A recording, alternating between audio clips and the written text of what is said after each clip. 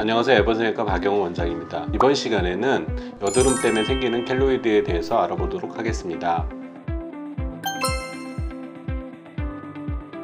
모든 여드름이 켈로이드가 전환되는 건 아닌데요. 그 켈로이드가 이제 생기는 원인 중에 여드름도 상당한 부분을 차지하고 있다고 저는 생각하고 있습니다. 보통 그래서 여드름이 생기면 노랗게 골만 밖으로 터지면 그 여드름이 이제 염증이 종결이 되지만 그게 너무 깊이 들어가서 여드름이 이제 곱는데 이게 컨디션 좀 받아서 이제 여드름이 또 괜찮았다가 또 이게 컨디션이 안 좋아가지고 나빠지고 이게 계속 반복하다 보면 염증을 우리가 몸에서 방어하기 위해서 콜라겐 섬이라는 것을 생성하는데 이게 점점점 증가하게 됩니다. 이게 바로 켈로이드로 바뀌는 거라고 저는 생각하고 있거든요. 그래서 깊이 곱는 여드름들은 켈로이드로 전환된 가능성이 많고 어느 순간에 빨갛게 되면서 서서히 커진다. 이러면 켈로이드가 될 가능성이 높은 겁니다.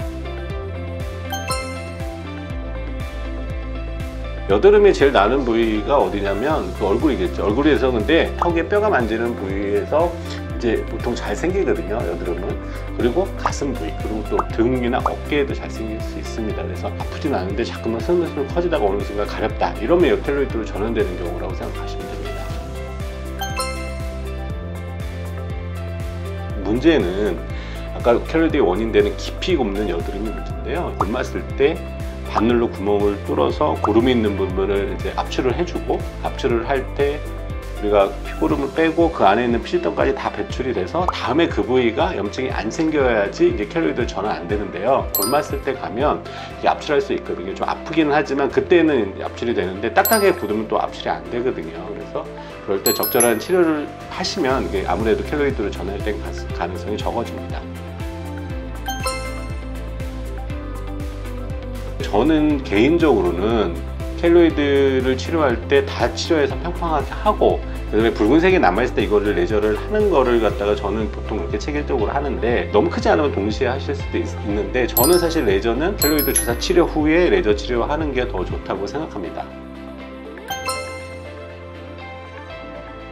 제가 쓰는 방법은 염증이 나지 않도록 조절하는 성분하고 켈로이드를 줄이는 성분을 써서 아주 효과적으로 주사를 해서 이걸 갑자기 확 줄여주는 겁니다. 그래서 결과적으로는 굉장히 많은 차이를 두게 되는 것이죠. 완치를 목표를 둘 거냐 현상 유지나 개선을 둘 거냐의 그 차이거든요. 그래서 처음에 주사 맞을 때 거의 50% 가까이 확 줄어놔야 그 다음부터 쭉쭉쭉 줄어드는데 또 다른 병원에서 맞는 주사들을 가면 이게 줄어들었다가 증식하는 양이 더 많습니다. 그러면 어떻게 되면 현상을 유지하거나 조금 방치하면 그냥 확 커져버리는 겁니다. 그게 제가 쓰는 스마트 주사요법과 일반적인 다른 병원에서 쓰는 그 주사의 차이점입니다. 그래서 제가 쓰는 스마트 주사요법과 일반 주사요법은 굉장히 차이가 난다고 저는 설명드리고 있습니다. 이미 생성된 켈로이드는 저는 효과가 없다고 생각합니다. 근데 환자분들이 말씀하시면 그냥 쓰세요. 왜냐하면 나빠지는 건 없고 약간 보습 효과가 있어서 좀 부드럽게 만드는 효과는 있거든요. 켈로이드 자체는 굉장히 건조하게 변하거든요. 왜냐하면 피지나 이런 샘들의 활동을 갖다 거의 다 억제해 버리거든요. 그러면 그 부위는 굉장히 건조하게 됩니다. 그래서 보습을 하는 게 굉장히 중요하게 되는데 저는 흉터치료에 효과적이라고 생각하지는 않습니다. 첫 번째 방법은 일단은 주무시고 하는 방법을 쓸 수 있겠죠. 수면 중에 이제 주사를 놓고 그다음에 진통제를 놓고 국소 마취하는 걸 놔서 좀 아프게 덜 아프게 하는 이런 방법을 저는 주로 쓰고 있고요. 근데 이제 수면 마취 같은 거 하기 싫으면 보통은 부위를 좀 차갑게 해서 통증을 좀 감소하시는 방법으로 우리가 찜질을 한 다음에 주사를 놓는 방법이 있습니다. 근데 크지 않은 것들은 이런 차갑게 해서 마사지를 해서 하시면 좋은데 아주 큰 거는 사실은 수면하시는 게 좋습니다. 주사를 우리가 한번 놓으면 이 약효가 3주 정도 지속된다고 저는 보거든요. 다른 병원에서 일주일에 한 번 맞는다, 2주에 한 번 맞는다. 그럼 사실은 토탈 양으로 보면 너무 많은 거거든요. 이게 누적되는 양이 문제가 생기기 때문에 너무 자주 맞는 건 좋지 않다. 그래서 저는 개인적으로는 한 달에 한 번 정도로 놓고 맞는 게 좋다. 때문에 효과가 없으니까 자주 놓는 거거든요. 저는 그냥 효과가 있으니까 한 달에 한 번씩 맞는 게 효과가 쭉 하고 켈로이드가 줄어드는 겁니다. 그래서 그 차이점이 있는 것입니다.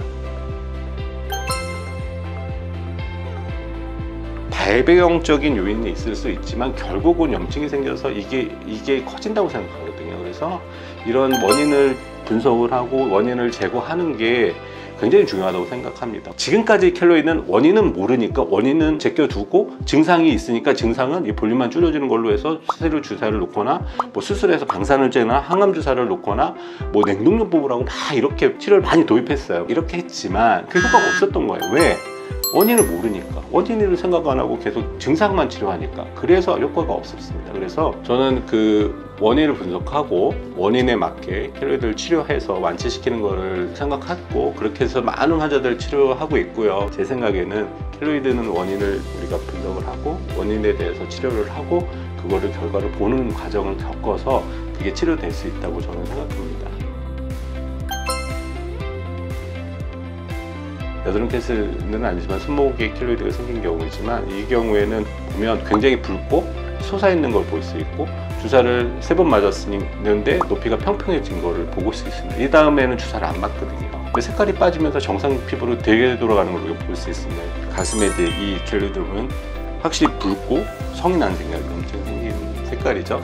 우리 주사를 한 3번 정도 맞으면 완전히 납작해지고 풀이 죽어버려요. 그리고 이게 주사를 안 맞고 우리가 경과를 계속 보면 나중에는 색깔이 쫙 빠지거든요. 그래서 이런 시리즈로 치료된다는 건 항상 이 사진들을 보면 설명드리고요. 여드름 켈로이드 보면 이렇게 여드름이 주변에 있고 붉게 튀어나온 부분이 있는데 우리가 주사 치료하고 주변에 있는 여드름을 치료하면서 보면 여드름도 좋아져 있고 켈로이드가 낮아서 이게 치료되는 걸 볼 수 있습니다. 가운데 이게 켈로이드가 생겼고 주변에 여드름 쭉 난 걸 볼 수 있습니다. 그래서 여드름 치료를 하고 켈로이드를 치료하면 정상 피부로 돌아가는 걸 우리가 이렇게 볼 수가 있습니다. 그래서 켈로이드가 많은 그 환자들이 사춘기에 여드름이 나면서 그것들이 치료가 제대로 안 돼서 이제 켈로이드 전환되는 경우가 꽤 많습니다. 처음에 이게 살아있을 정도의 작은 켈로이드는 주사 치료를 해서 좋아지면 나중에 거의 정상 피부로 돌아가지만 너무 오래돼서 이게 다 망가지면 번들거리는 흉을 남으면서 치료가 되거든요. 그러니까 여드름 치료도 빨리 하고 켈로이드도 적정하게 빨리 치료해서 후유증 없이 낫는 거를 말씀드리고 있습니다.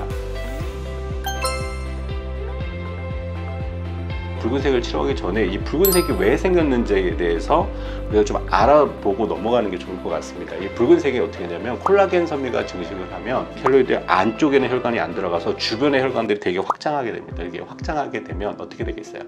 빨갛게 되겠죠. 염증 조직에서 빨갛게. 그리고 혈관을 확장시키기 위해서 우리가 무엇을 분비할까? 그게 히스타민이거든요. 히스타민을 부르면 가렵습니다. 그래서 당연히 새빨갛고 가렵게 되는 거예요. 이제는 이게 다 가라앉아도 이 혈관들이 한번 생성되면 없어지는데 시간이 굉장히 오래 걸려요. 이 사진을 보면 이렇게 보면 혈관들이 이렇게 켈로이드가 있을 때 되게 많이 붉게 막 펴져 있어요. 근데 켈로이드 줄으면 혈관들이 줄어들거든요. 이렇게 보면 남은 혈관들을 우리가 레이저로서 없애면 색으로 좀 더 빨리 돌아와서 정상적인 피부에 가깝게 되거든요. 그러면 우리가 치료가 거의 완결이 된 겁니다. 여드름에서 생기는 켈로이드는 여드름 치료하고 병행해서 켈로이드를 빨리 치료하시는 게 좋다고 저는 개인적으로 생각합니다. 이상 애벌성형외과 박영훈 원장이었습니다.